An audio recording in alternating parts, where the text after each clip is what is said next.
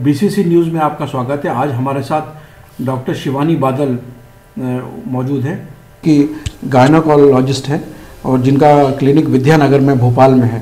तो इनसे हम बात करेंगे कि महिलाओं में जो शिवानी जी प्रॉब्लम है, ऐसी कौन कौन सी प्रॉब्लम महिलाओं में आती है जिनके कारण महिलाएं अक्सर उसको छुपाती हैं और परेशान रहती हैं और वो बता नहीं पाती डॉक्टर से भी। जिस तरह का मौसम अभी चल रहा है, ठंड का वेदर अगर हम माने तो इस समय वेजिनाइटिस की समस्या सबसे ज़्यादा कॉमन रहती है, क्योंकि लोग समझते हैं कि यह ठंड का मौसम है, बहुत सारे कपड़े पहने रहते हैं और उन्हें लगता है कि पसीने की समस्या नहीं हो सकती।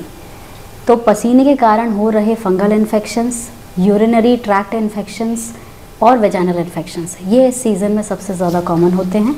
तो इसमें महिलाओं को सबसे ज़्यादा स्वास्थ्य संबंधित समस्याएं जो भी हो रही हैं उसके लिए सबसे पहले अपने गायनेकोलॉजिस्ट को विज़िट करें। और इससे बचने का सबसे आसान तरीका कि कपड़ों को दिन में 2 बार बदलें और साफ़ और सूखा रखने की कोशिश करें। दूसरी जो सबसे बड़ी समस्याएं है जो अभी की लड़कियों में हम देख रहे हैं, वह है अनियमित खान पान, किसी भी समय सोना, उठना, कोई समय नहीं होना और व्यायाम ना करना। इसके कारण एक सबसे बड़ी समस्या जो अभी शुरू हो रही है वो है पीसीओडी, पॉलीसिस्टिक ओवेरियन डिसीज़। इससे भी बचाव बहुत आसान है। अगर वो समय पर उठें, सुबह व्यायाम करें, अगर सुबह उन्हें समय नहीं भी मिल रहा तो शाम के समय व्यायाम करें। हेक्टिक लाइफस्टाइल, स्ट्रेस लेना, खाने का कोई समय नहीं होना और जंक फूड बहुत ज़्यादा खाना।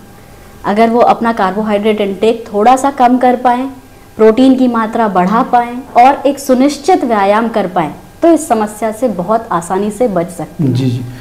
तो ये समस्या तो आप देख रहे हैं कि युवाओं में भी, जो युवा बच्चियां हैं उनमें भी काफ़ी इस तरह की समस्याएं हो रही हैं और काफ़ी लाइफस्टाइल चेंज हो गई है। तो इसको आप किस तरह से देखती हैं, लाइफस्टाइल के कारण जो प्रॉब्लम आ रही है? लाइफस्टाइल चेंज होने का सबसे बड़ा कारण है मोबाइल। जी। क्योंकि पहले बच्चे बाहर खेलने जाते थे, घूमते थे। जी। आज के वातावरण में केवल बच्चे मोबाइल में अंदर रहते हैं, टीवी देखते हैं और व्यायाम नहीं करते। अगर वो अपना प्रॉपर लाइफस्टाइल फॉलो करें, सुबह उठें, थोड़ा वॉक पर जाएं, एक्सरसाइज करें और कार्बोहाइड्रेट इंटेक कम करें, थोड़ा प्रोटीन ज़्यादा खाएं और एक सही लाइफ फॉलो करें तो इन सभी समस्याओं से बच सकते हैं। अच्छा। मैडम, ये जो अभी कोविड के बारे में सुनने में आ रहा है, ऑल ओवर इंडिया में काफ़ी केसेस बढ़ गए हैं, तो लेडीज़ को क्या ये जो प्रॉब्लम है ये अभी आने वाली है क्या? इस तरह की घटना जो है आगे बढ़ने वाली है क्या अभी? देखिए, कोविड दोनों में समान रूप से असर करेगा। इसमें महिलाओं और पुरुष में अंतर हो ऐसा ज़रूरी नहीं है। वायरस समान रूप से सभी वर्ग को प्रॉब्लम क्रिएट करेगा। जो बच्चे हैं वो इस वर्ग में इस वेरिएंट से थोड़े ज़्यादा प्रभावित होंगे, क्योंकि जो बाकी वर्ग है वो वैक्सीनेटेड है, उसमें वैक्सीन के कारण इम्यूनिटी बनी हुई है। बच्चों में बड़ों की मात्रा में इम्यूनिटी थोड़ी कम पाई जाएगी, इसीलिए कोविड उन्हें थोड़ा ज़्यादा अफेक्ट करेगा बाकी वर्गों के कंपैरिजन में। जी, आपके पास किस तरह के केसेस आते हैं? जो आपके पास महिलाएं आती हैं, अधिकतर वो क्या प्रॉब्लम बताते हैं?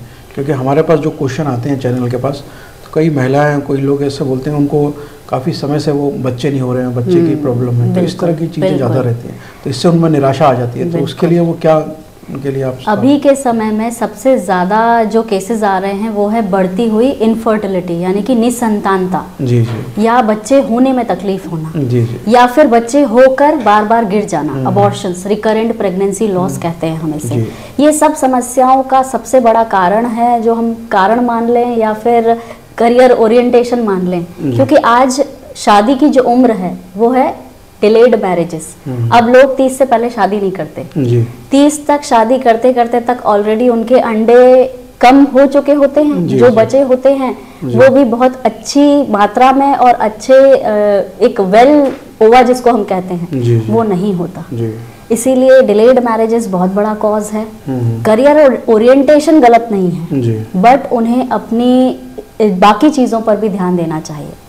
दूसरा सबसे बड़ा कारण है, अगेन मैंने पहले कहा, लाइफस्टाइल। बच्चियां शुरू से ध्यान नहीं रखती। शुरू में वो जंक फूड खाना, प्रॉपर एक्सरसाइजेस नहीं करना, और उस टाइम पे जो मेंस्ट्रुअल डिसऑर्डर्स उन्हें होते हैं, जैसे डिलेड मेंसेस होना, बार बार अनियमित माहवारी होना, तब उसे वो ध्यान नहीं देते। उनका ये मानना होता है कि जब शादी होगी तब सब ठीक हो जाएगा। ये कारण सबसे बड़ा है। अगर उसी वक्त उस बीमारी को वहाँ पर रोक दिया जाए या फिर ठीक कर दिया जाए तो आगे जाकर यह समस्या नहीं हो सकती। ये प्रॉब्लम शहरों में ज़्यादा है, ग्रामीण में इतना नहीं है।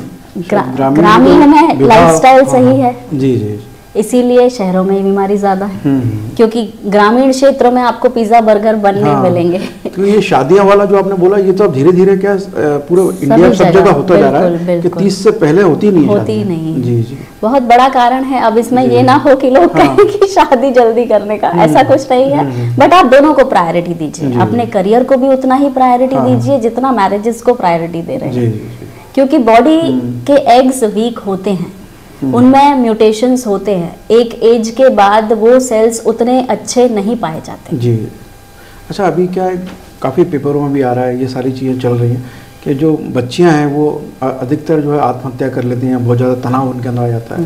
जैसे 12th में एग्ज़ाम में अगर कम नंबर आ गए तो ये चीज़ बहुत ज़्यादा है अभी, इसको कैसे इसको रोकने के लिए मैं बच्चियों से ज़्यादा बच्चियों के माँ बाप से बोलूँगी कि वो इस चीज़ के लिए एक्टिव रहें। सबसे बड़ा कॉज है आजकल चाइल्डहुड डिप्रेशन। बच्चों में डिप्रेशन की मात्रा बड़ों से ज़्यादा पाई जा रही है। कारण क्या है कि उन्हें स्ट्रेस से डील करना नहीं सिखाया जाता। बचपन में अगर बच्चे को कुछ नहीं मिलता तो पहले माँ बाप उस चीज़ को ना मिलने पर उन्हें समझाते थे कि यह तुम्हारे लिए आवश्यक नहीं है, बट आज के माँ बाप चांद से तारे तोड़कर ला देंगे। इसीलिए उन बच्चों में ना सुनने की आदत नहीं होती। हमें बच्चों को सब देना है, बट उन्हें ना सुनने की आदत भी सिखानी है। अगर हम माँ बाप ये सीख जाएंगे कि बच्चों की परवरिश में क्या सही है और क्या गलत, बच्चे अपने आप सुधर जाएंगे। जी जी,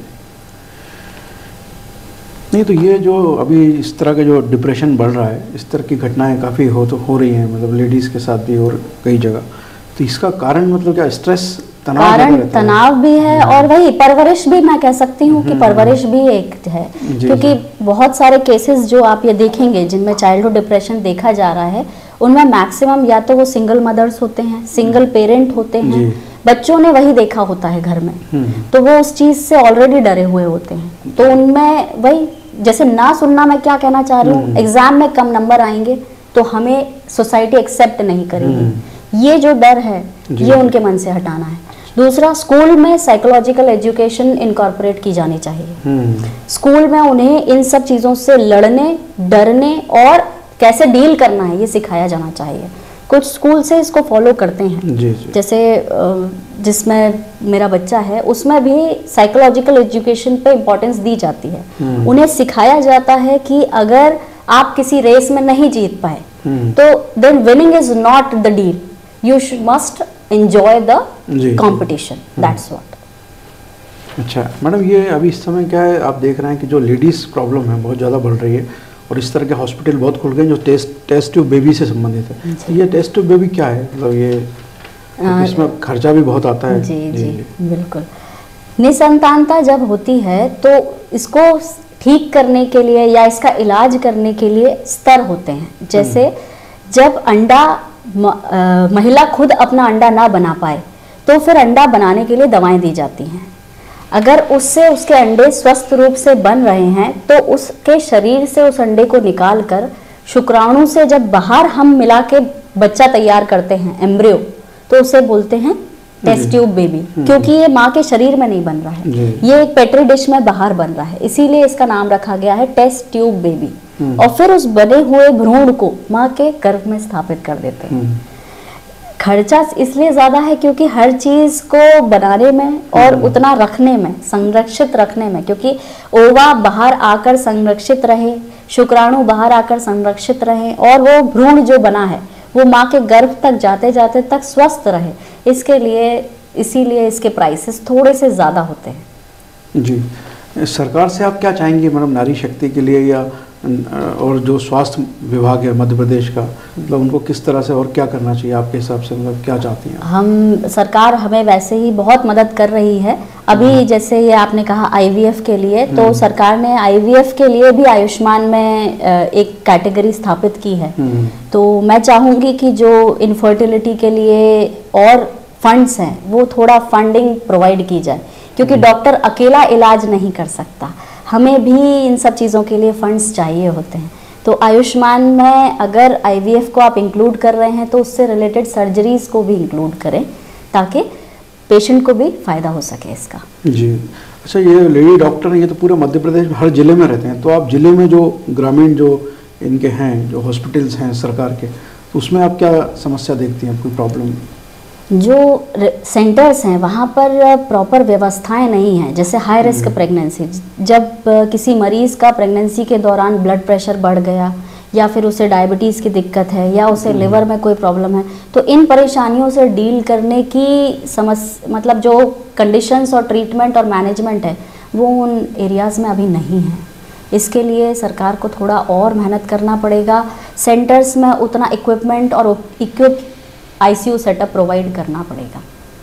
जी, और इस तरह की महिलाओं के लिए आप क्या बोलेंगे जो आपके पास आती हैं और उनको काफ़ी इस तरह की जो प्रॉब्लम रहती हैं जो लेडीज से संबंधित है इसमें? और महिलाओं से संबंधित हर प्रकार की समस्या के लिए मैं यही कहूँगी कि किसी भी परेशानी को इग्नोर ना करें, नज़रअंदाज ना करें। आपकी कोई छोटी सी समस्या किसी बड़ी बीमारी का संकेत हो सकती है। तो अगर आपको लग रहा है कि आपके शरीर में कुछ सही नहीं है तो अपने गायनेकोलॉजिस्ट से जाकर मिलिए, क्योंकि जो आपके लिए नॉर्मल है वो हो सकता है बहुत ज़्यादा एबनॉर्मल हो। धन्यवाद। डॉक्टर शिवानी बादल आज हमारे साथ BCC न्यूज़ में उपस्थित थे। हम उनका बहुत बहुत धन्यवाद करते हैं।